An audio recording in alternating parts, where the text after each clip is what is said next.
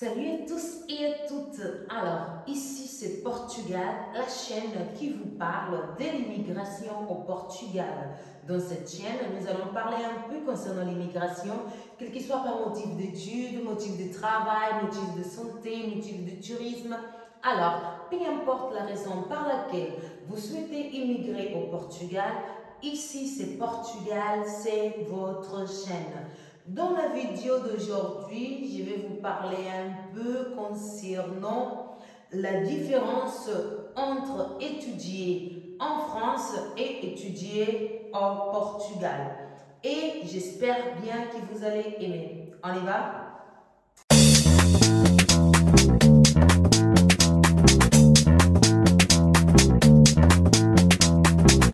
Alors, pour tous ceux qui viennent d'arriver dans cette chaîne, je m'appelle Domingues, je suis angolaise et je réside actuellement au Portugal, dans la ville d'Aveiro. Donc, si vous avez arrivé déjà jusqu'ici, n'oubliez pas de laisser le like, de commenter, de s'inscrire, de s'abonner à la chaîne si vous n'êtes pas inscrit et aussi de partager avec vos amis. Donc, comme je viens de dire, dans cette vidéo, nous allons parler un peu la différence entre étudier en France et au Portugal. Quels sont les avantages et quels sont les inconvénients. Et pourquoi, moi, personnellement, je vous encourage à choisir le Portugal au lieu de la France. Donc, tout d'abord, comme vous le savez très bien, le Portugal, c'est un pays de l'Union européenne, un pays de l'espace Schengen, un pays qui fait la frontière avec l'Espagne. Et du coup, c'est un petit pays, différemment de la France, et d'où la langue officielle, c'est le portugais. Et pourtant, dans la France, comme vous le savez, le pays des Macron, c'est un pays où la langue officielle, c'est le français, où le salaire est plus élevé par rapport au Portugal. La France aussi, on trouve des métropoles. Donc, c'est un pays réellement très développé, l'un des pays les plus développés de l'Europe. D'accord? Maintenant, étudier au Portugal et étudier en France. Beaucoup de gens, beaucoup de mes frères francophones, ils veulent souvent faire Campus France, aller étudier en France, tout ça. Pourquoi? Parce qu'il y a la facilité de la langue française, parce que c'est déjà votre langue maternelle, et du coup, vous ne trouvez pas trop de problèmes pour pouvoir s'intégrer dans la France. Différemment du Portugal, où si vous souhaitez venir étudier ici au Portugal, il faut, une fois arrivé, faire la formation de langue portugaise, sachant que vous ne parlez pas le portugais, ou bien le portugais n'est pas votre langue maternelle, d'accord?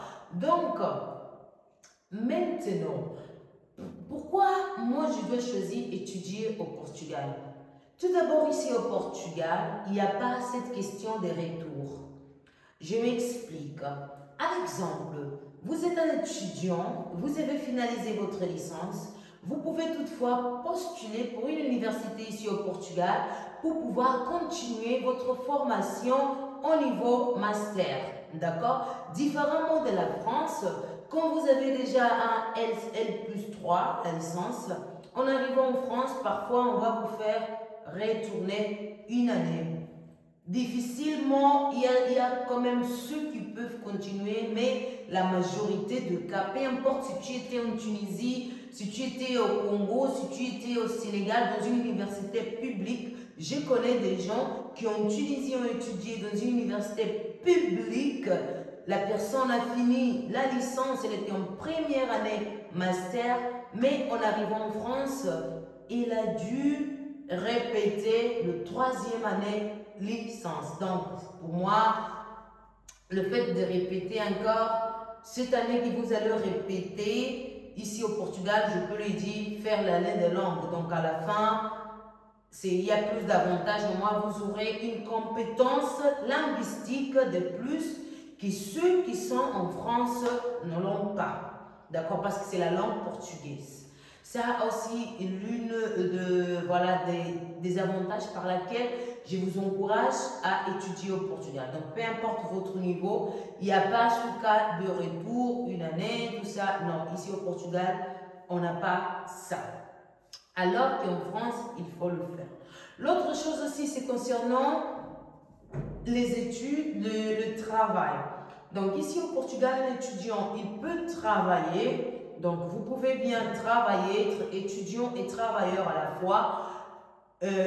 Principalement pour les formations qui sont en master ou bien en licence post-laborale, parce qu'il y a ici, vous allez choisir ou bien vous allez faire les licences, on appelle ça en portugais diurno. Diurno, c'est-à-dire pendant la journée, ou bien post-laboral, qui commence souvent à partir de 18h, 17h jusqu'à 22h, 23h, d'accord? Quel que soit pour la licence, quel que soit pour le master. Et du coup, vous pouvez le travailler. Ici, comment est-ce que vous devez faire pour avoir? Vous pouvez avoir aussi le permis étant étudiant, travailleur à la fois. D'accord? Donc, une fois que vous arrivez ici comme étudiant, vous allez commencer à étudier, puis vous allez trouver un travail. Donc, il fallait aller dans l'immigration pour demander le remplacement de votre carte pour étudiant-travailleur, parce que c'est une loi, il leur demande de le faire. D'accord? Donc, maintenant, déjà en France, vous pouvez le faire. Il y a des heures bien précis. En France, il y a des heures que vous pouvez le faire. Ou bien, si vous allez faire plus de heures, vous serez dans l'illégalité, c'est-à-dire vous êtes en train de ne pas respecter la loi. Contrairement ici au Portugal, il y a des heures, mais si vous faites le poste laboral, tout ça, vous pouvez travailler 8 heures par jour, 40 heures par semaine, normalement. Le plus important, c'est que votre travail n'interfère pas dans votre étude, dans le sens vous devez assister au cours. D'accord? Donc, ça aussi, c'est l'une différence entre étudier en France et étudier au Portugal. Moi, récemment, j'étais en France, j'étais dans la ville de Paris et j'ai dû rencontrer des personnes. Et il y a ceux que je connais, ceux que je ne connaissais pas. Et on a causé un peu concernant la vie en France.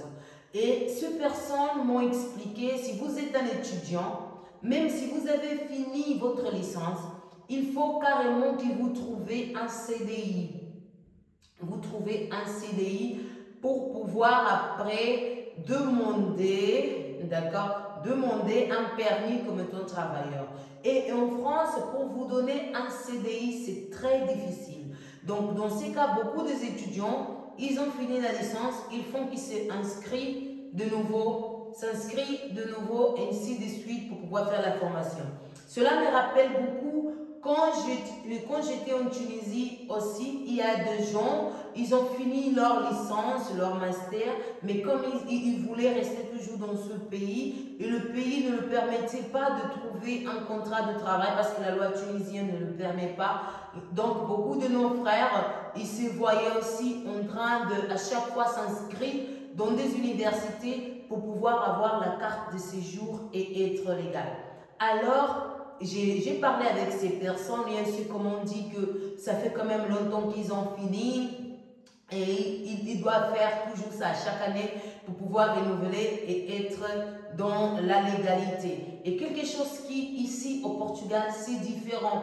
Différent comment? Dans le sens où vous avez fini votre licence, vous pouvez toutefois décrocher un CDI. Même pendant la licence, vous pouvez décrocher un CDI. Moi, personnellement, j'ai fait, comme j'avais déjà dit dans un des vidéos, j'ai fait le doctorat et du coup, carrément, j'ai décroché un CDI. Ce n'était pas nécessaire que je patiente jusqu'à finir ma formation, tout ça, non. Je connais des gens aussi qui sont dans le master, dans la licence, qui ont décroché des CDI. Donc, ici, pour décrocher un CDI, ce n'est pas un grand problème, différemment comme en France.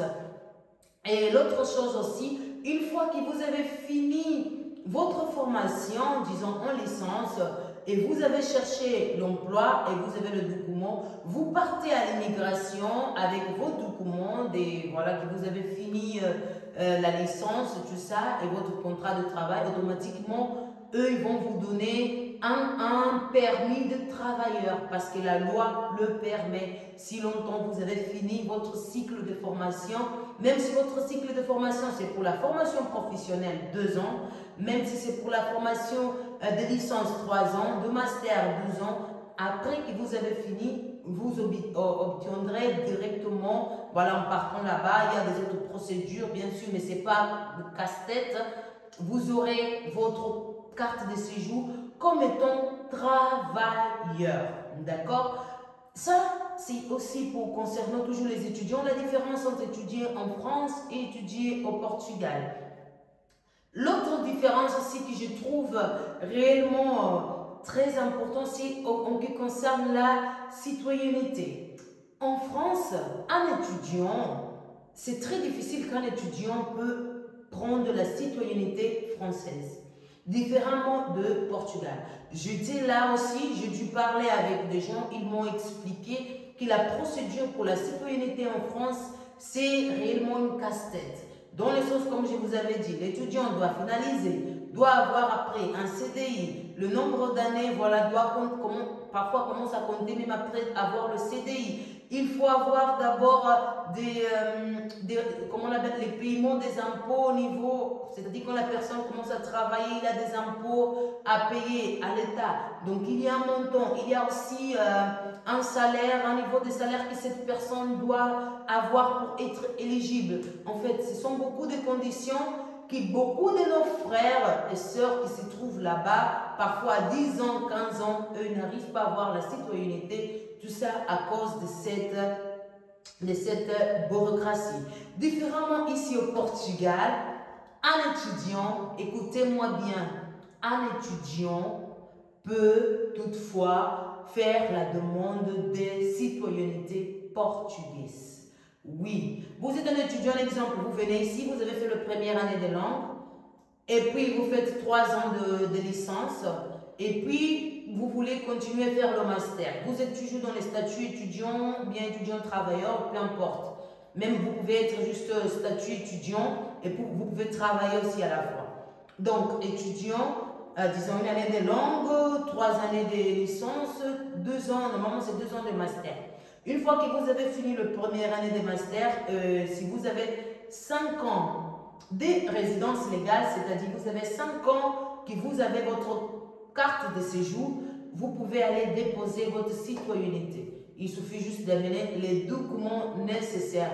Et dans ces documents, il n'y a pas, il faut contribuer à l'État, je ne sais pas combien de millions d'euros, mais il n'y a pas aussi, il faut faire ça, non, différemment de la France. Alors qu'en France, c'est, disons, quasi impossible, pour ne pas dire impossible, à un étudiant d'avoir la citoyenneté. Alors qu'ici, ce n'est pas le cas. 5 ans de résidence légale, 5 ans avec carte de séjour, déposez pour votre citoyenneté, patientez, ils vont voir tout ça, patientez, il y a des documents à fournir. Après, vous aurez votre citoyenneté. Moi, je connais des gens personnellement. Je ne peux pas les apporter dans la chaîne parce qu'ils parlent, il y a ceux qui parlent portugais. La majorité parle portugais. Je connais des gens qui sont venus ici. Ils ont étudié, ceux qui ont fait, on appelle ça master intégré, en Afrique, on appelle le cycle d'ingénierie, qui c'est 5 ans. Ici, on appelle master intégré. Une fois ces personnes ont fini son cycle d'ingénierie, ils ont 5 ans de carte de séjour, donc ils ont déposé leur demande de citoyenneté et ils ont leur citoyenneté. Je vais vous dire une chose, je connais des gens qui n'ont jamais travaillé ici au Portugal, n'a jamais travaillé, n'a jamais fait de stage, mais il a eu sa citoyenneté. Comment? À travers la procédure, c'est pour tout le monde, sans pourtant passer par des autres... sans pourtant donner tous ces documents qu'on demande en France. Donc, il y a carrément une facilité ici au Portugal de l'avoir. Donc, ça, c'est la vidéo que j'ai voulu vous apporter aujourd'hui concernant la différence entre étudier en France et étudier au Portugal. L'autre chose aussi, à la fin de toute chose, les diplômes délivrés pour une université ou pour un établissement au Portugal, ce sera un document reconnu par l'Union européenne. Donc, c'est comme pour la France. Et avec ces documents, demain, avec votre citoyenneté, vous pouvez travailler en France, en Belgique, Luxembourg, Allemagne, peu importe le pays où vous souhaitez. Donc, c'est un document aussi qui a le poids parce qu'il fait partie de l'Union européenne. Donc, voilà, pour tous ceux qui étaient quand même un peu hésités, c'est pas que je vous dis venez ici au Portugal, mais j'ai voulu éclaircir parce qu'avant je recevais beaucoup de messages des gens qui me demandaient concernant voilà, la France, Portugal. Et c'est ça que je vous apporte aujourd'hui pour vous parler un peu concernant cette différence, cet avantage réellement de venir étudier ici au Portugal au lieu d'aller en France. D'accord? Donc, on est arrivé à la fin de cette vidéo. Si vous êtes arrivé jusqu'à la fin et vous n'avez pas encore liké, n'hésitez pas de liker, s'il vous plaît. N'hésitez pas de liker. Je vois souvent il y a beaucoup de vues, mais les likes ne sont pas quand même trop. N'hésitez pas de liker avant de m'envoyer des messages, avant de m'envoyer des mails, tout ça. Il faut liker la vidéo quand même aussi. Liker, il ne faut pas tout le monde être pressé à aller m'écrire. Likez la vidéo, commentez. Beaucoup de gens aiment m'envoyer des mails alors que ces personnes, ils peuvent toutefois ajouter leurs questions dans les commentaires des vidéos. Sincèrement parlant, frères et sœurs africains, moi je suis africaine avec fierté. Parfois, il y a des questions que vous me posez en privé qu'il faut le poser souvent dans la vidéo. Je ne vois pas pourquoi vous prenez souvent de votre temps pour aller le faire en privé. Ce n'est pas toute question. Mais il y a des questions qui n'ont pas souvent de tête, pieds, voilà, je ne sais pas comment dire, pour le faire en privé. Alors, c'est quelque chose, vous pouvez le faire dans la vidéo et ça sera répondu dans la vidéo. Donc, likez, commentez. Si tu ne t'es pas encore abonné sur la chaîne, abonne-toi sur la chaîne, activez la sonnerie et partagez avec vos amis pour tous ceux qui veulent immigrer. Partagez avec vos amis et n'hésitez pas, voilà, n'hésitez pas de regarder des autres vidéos. Ici dans cette chaîne, il y a bientôt, ça va faire presque 60 vidéos où je parle concernant le Portugal. Donc, il y a plein d'informations, plein d'informations. Il y a des informations que vous pouvez trouver dans des autres vidéos. D'accord? Donc, je tiens à vous remercier encore une fois pour arriver jusqu'à la fin. Et on se voit dans la prochaine vidéo. Au revoir!